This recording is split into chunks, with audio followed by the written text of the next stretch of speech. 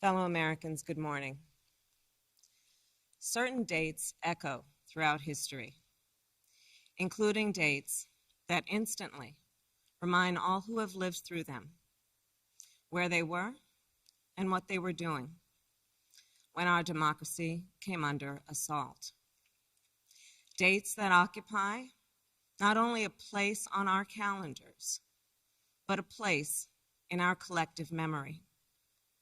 December 7th, 1941, September 11th, 2001, and January 6th, 2021. On that day, I was not only Vice President-elect, I was also a United States Senator. And I was here at the Capitol that morning at a classified hearing with fellow members of the Senate Intelligence Committee. Hours later, the gates of the Capitol were breached. I had left, but my thoughts immediately turned not only to my colleagues, but to my staff, who had been forced to seek refuge in our office, converting filing cabinets into barricades. What the extremists who roamed these halls targeted was not only the lives of elected leaders. What they sought to degrade and destroy was not only a building, hallowed as it is. What they were assaulting were the institutions, the values, the ideals that generations of Americans have marched, picketed, and shed blood to establish and defend. On January 6th, we all saw what our nation would look like if the forces who seek to dismantle our democracy are successful. The lawlessness, the violence, the chaos. What was at stake then and now is the right to have our future decided the way the Constitution prescribes it, by we, the people, all the people. We cannot let our future be decided by those bent on silencing our voices, overturning our votes, and peddling lies and misinformation, by some radical faction that may be newly resurgent, but whose roots run old and deep. When I meet with young people, they often ask about the state of our democracy, about January 6th. And what I tell them is January 6th reflects the dual nature of democracy, its fragility and its strength. You see, the strength of democracy is the rule of law. The strength of democracy is the principle that everyone should be treated equally, that elections should be free and fair, that corruption should be given no quarter. The strength of democracy is that it empowers the people. And the fragility of democracy is this, that if we are not vigilant, if we do not defend it, democracy simply will not stand. It will falter and fail. The violent assault that took place here, the very fact of how close we came to an election overturned, that reflects the fragility of democracy. Yet, the resolve I saw in our elected leaders when I returned to the Senate chamber that night, their resolve not to yield, but to certify the election, their loyalty not to party or person, but to the Constitution of the United States. That reflects its strength. And so, of course, does the heroism of the Capitol Police, the DC Metropolitan Police Department, the National Guard, and other law enforcement officers who answered the call that day, including those who later succumbed to wounds, both visible and invisible. Our thoughts are with all of the families who have lost a loved one. You know, I wonder, how will January 6th come to be remembered in the years ahead? Will it be remembered as a moment that accelerated the unraveling of the oldest, greatest democracy in the world? Or a moment when we decided to secure and strengthen our democracy for generations to come? The American spirit is being tested. The answer to whether we will meet that test resides where it always has resided in our country, with you, the people. And the work ahead will not be easy. Here in this very building, a decision will be made about whether we uphold the right to vote and ensure free and fair elections. Let's be clear, we must pass the voting rights bills that are now before the Senate. And the American people must also do something more. We cannot sit on the sidelines.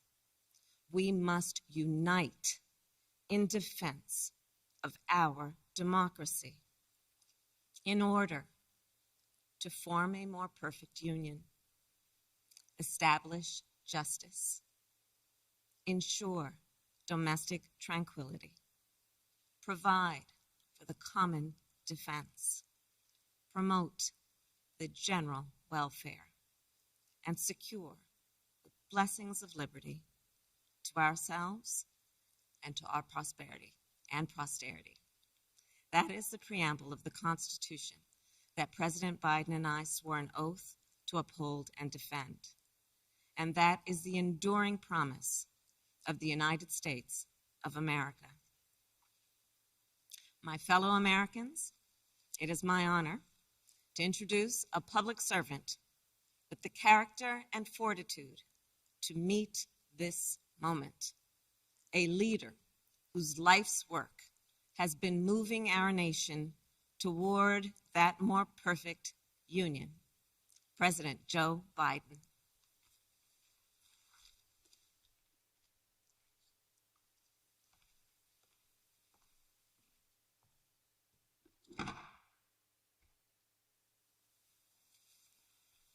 Madam Vice President, my fellow Americans, to state the obvious, 1 year ago today, in this sacred place, democracy was attacked, simply attacked.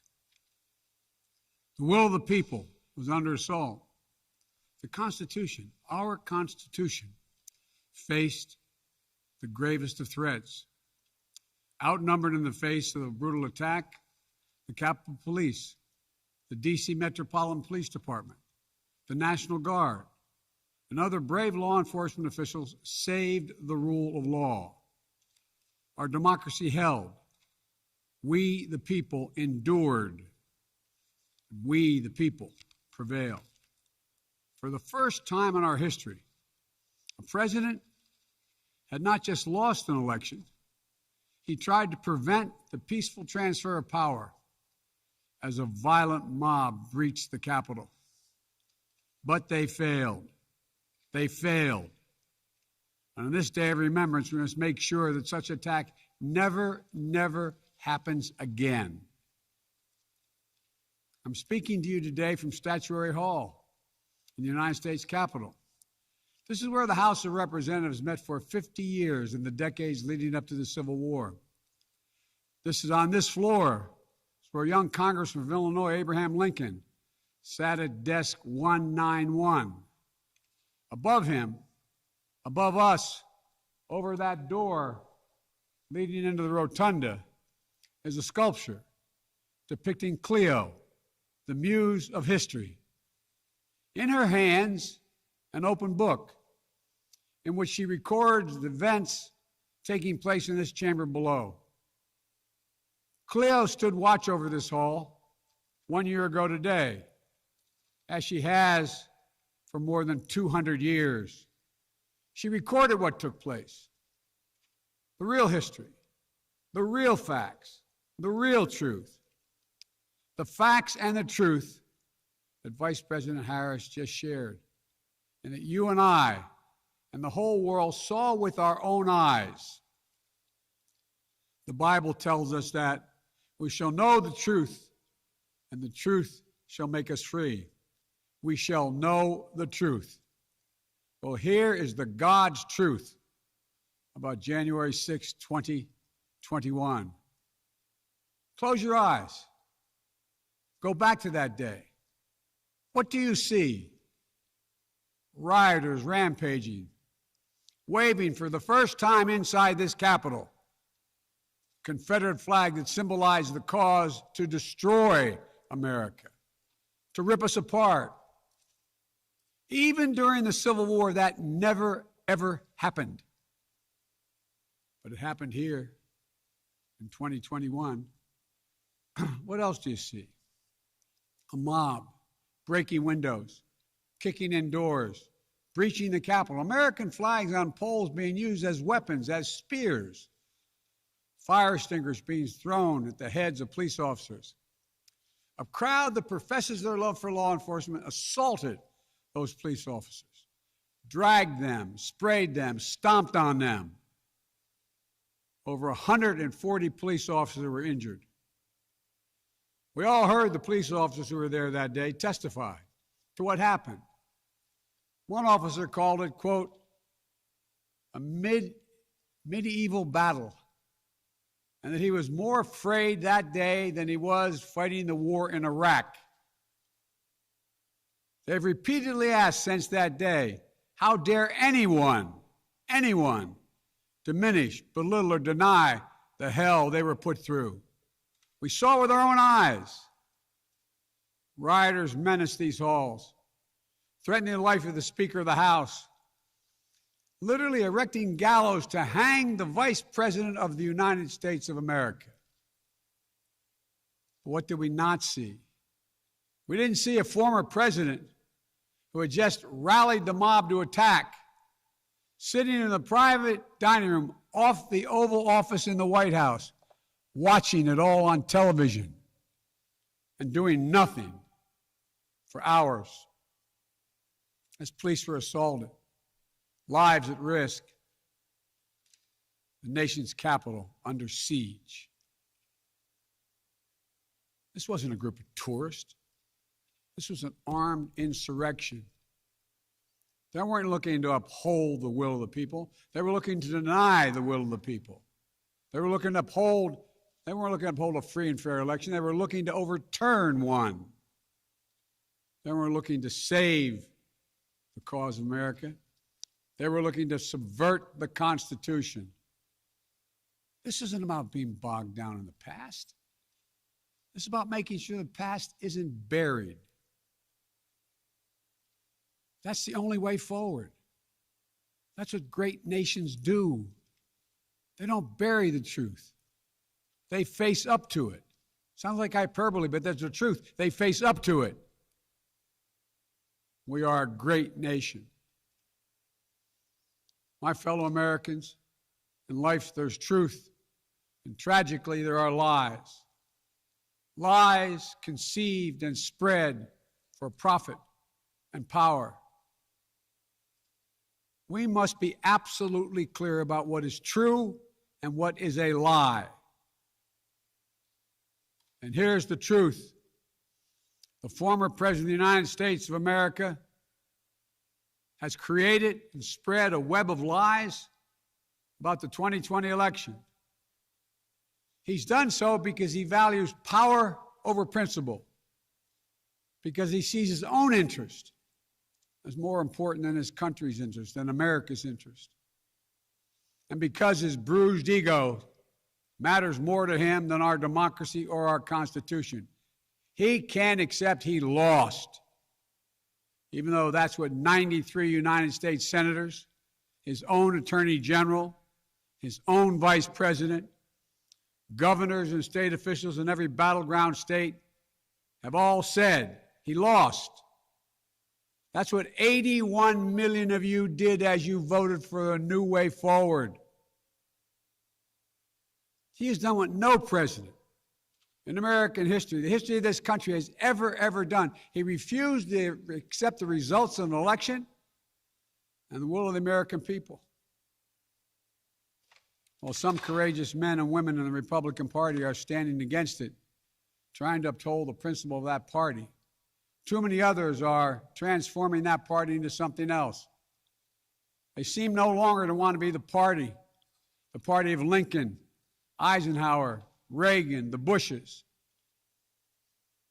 But whatever my other disagreements are with Republicans who support the rule of law and not the rule of a single man, I will always seek to work together with them to find shared solutions where possible. Because if we have a shared belief in democracy, then anything is possible. Anything. And so at this moment, we must decide, what kind of nation are we going to be? Are we going to be a nation that accepts political violence as a norm? Are we going to be a nation where we allow partisan election officials to overturn the legally expressed will of the people? Are we going to be a nation that lives not by the light of the truth, but in the shadow of lies? We cannot allow ourselves to be that kind of nation. The way forward is to recognize the truth and to live by it. The big lie being told by the former president and many Republicans who fear his wrath is that the insurrection in this country actually took place on Election Day, November 3rd, 2020. Think about that. Is that what you thought? Is that what you thought when you voted that day? Taking part in an insurrection? Is that what you thought you were doing? Or did you think you were carrying out your highest duty as a citizen and voting? The former president's supporters are trying to rewrite history. They want you to see Election Day as the day of insurrection. And the riot that took place here on January 6th as a true expression of the will of the people. Can you think of a more twisted way to look at this country, to look at America? I cannot. Here's the truth. The election of 2020 was the greatest demonstration of democracy in the history of this country. More of you voted in that election than have ever voted in all of American history. Over 150 million Americans went to the polls and voted that day. In a pandemic, some at great risk to their lives. They should be applauded, not attacked. Right now, in state after state, new laws are being written, not to protect the vote, but to deny it. Not only to suppress the vote, but to subvert it. Not to strengthen and protect our democracy, but because the former president lost, instead of looking at the election results from 2020 and saying they need new ideas or better ideas to win more votes, the former president and his supporters have decided the only way for them to win is to suppress your vote and subvert our elections. It's wrong. It's undemocratic. And frankly, it's un-American. The second big lie being told by the former president and his supporters is that the results of the election of 2020 can't be trusted. The truth is that no election in American history has been more closely scrutinized or more carefully counted. Every legal challenge questioning the results in every court in this country that could have been made was made and was rejected, often rejected by Republican-appointed judges, including judges appointed by the former president himself, from state courts to the United States Supreme Court. Recounts were undertaken in state after state. Georgia counted its results 3 times, with 1 recount by hand. Phony partisan audits were undertaken long after the election in several states. None changed the results. And in some of them, the irony is the margin of victory actually grew slightly. So let's speak plainly about what happened in 2020. Even before the first ballot was cast, the former president was preemptively sowing doubt about the election results. He built his lie over months. It wasn't based on any facts. He was just looking for an excuse, a pretext, to cover for the truth. He's not just a former president. He's a defeated former president. Defeated by a margin of over 7 million of your votes in a full and free and fair election. There is simply zero proof the election results are inaccurate. In fact, in every venue where evidence had to be produced, an oath to tell the truth had to be taken, the former president failed to make his case. Just think about this. The former president and his supporters have never been able to explain how they accept as accurate the other election results that took place on November 3rd. The elections for governor, United States Senate, House of Representatives. Elections which they closed the gap in the House. They challenged none of that. The president's name was first. Then we went down the line. Governors, senators, House of Representatives. Somehow those results are accurate on the same ballot. But the presidential race was flawed. And on the same ballot, the same day, cast by the same voters. The only difference, the former president didn't lose those races. He just lost the one that was his own. Finally, the third big lie being told by a former president and his supporters is that the mob who sought to impose their will through violence are the nation's true patriots. Is that what you thought when you looked at the mob ransacking the Capitol, destroying property, literally defecating in the hallways, rifling through the desks of senators and representatives, hunting down members of Congress? Patriots? Not in my view. To me, the true patriots were the more than 150 Americans who peacefully expressed their vote at the ballot box. The election workers who protected the integrity of the vote. And the heroes who defended this Capitol. You can't love your country only when you win.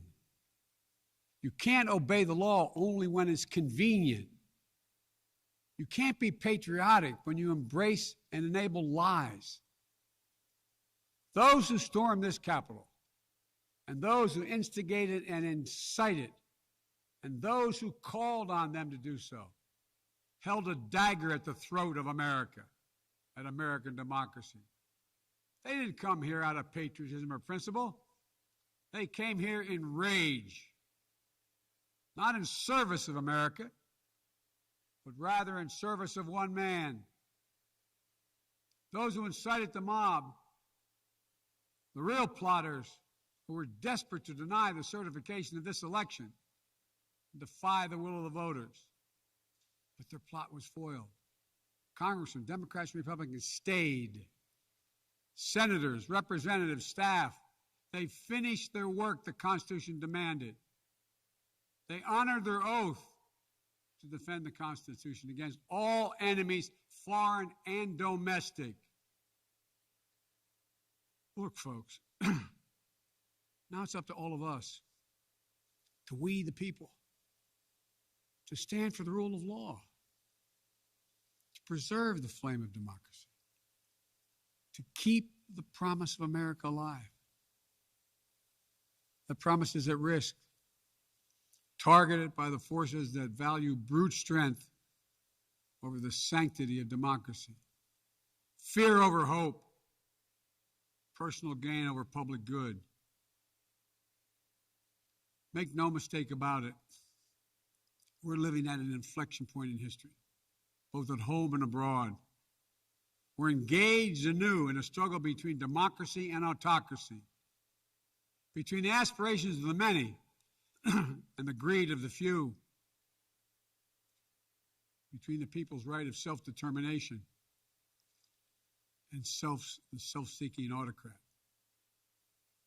From China to Russia and beyond, they're betting that democracy's days are numbered.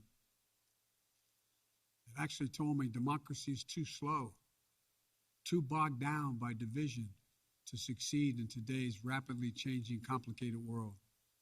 And they're betting America will become more like them and less like us. They're betting that America is a place for the autocrat, the dictator, the strongman. I do not believe that. That is not who we are. That is not who we have ever been. And that is not who we should ever, ever be. Our founding fathers, as imperfect as they were, set in motion an experiment that changed the world, literally changed the world. Here in America, the people would rule. Power would be transferred peacefully, never at the tip of a spear or the barrel of a gun. They committed to paper an idea that they couldn't live up to, but an idea that couldn't be constrained. Yes, in America, all people are created equal. We reject the view that if you succeed, I fail. If you get ahead, I fall behind. If I hold you down, I somehow lift myself up. The former president who lies about this election and the mob that attacked this Capitol could not be further away from the core American values. They want to rule, or they will ruin. Ruin what our country fought for at Lexington and Concord, at Gettysburg and Omaha Beach, Seneca Falls, Selma, Alabama. What we were fighting for? The right to vote, the right to govern ourselves, the right to determine our own destiny. With rights come responsibilities. Responsibility to see each other as neighbors. Maybe we disagree with that neighbor, but they're not an adversary. Responsibility to accept defeat. Then get back in the arena and try again the next time to make your case. Responsibility to see that America is an idea. An idea requires vigilant stewardship.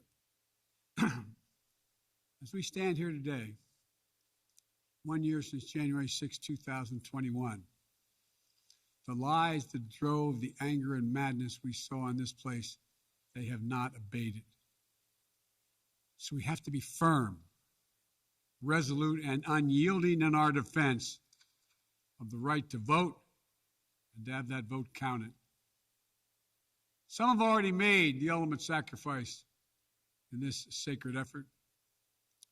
Jill and I have mourned police officers in this Capitol Rotunda not once but twice in the wake of January 6th. Once to honor Officer Brian Sicknick, who lost his life the day after the attack, and a second time to honor Officer Billy Evans, who lost his life defending this Capitol as well. We think about the others who lost their lives and were injured, and everyone living with the trauma of that day, from those defending this Capitol, to members of Congress in both parties and their staffs, to reporters, cafeteria workers, custodial workers, and their families. Don't kid yourself. The pain and scars from that day run deep. I've said it many times, and it's no more true or real than we think about the events of January 6th. We are in a battle for the soul of America. A battle that by the grace of God and the goodness and gracious and greatness of this nation, we will win. Believe me, I know how difficult democracy is, and I'm crystal clear about the threats America faces. But I also know that our darkest days can lead to light and hope. From the death and destruction, as the Vice President referenced in Pearl Harbor, came the triumph over the forces of fascism. From the brutality of Bloody Sunday on the Edmund Pettus Bridge came historic voting rights legislation.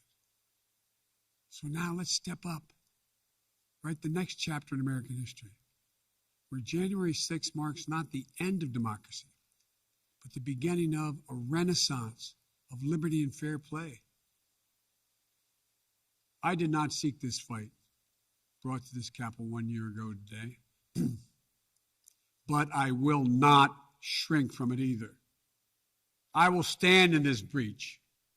I will defend this nation, and I will allow no one to place a dagger at the throat of democracy.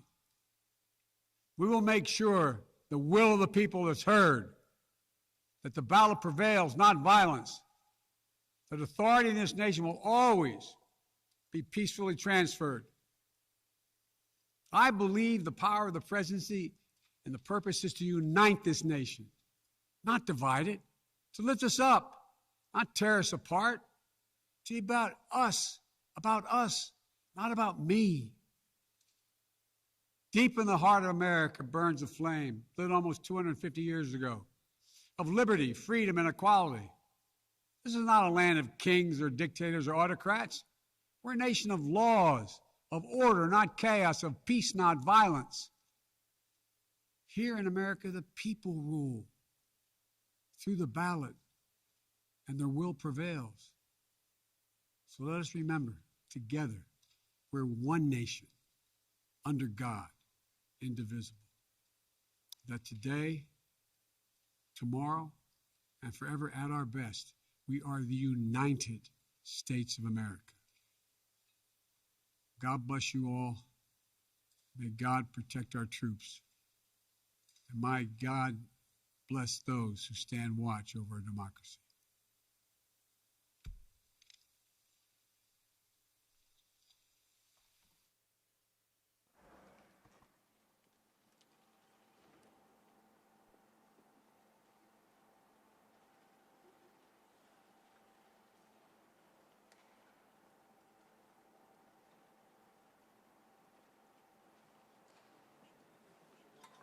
All right, Paul.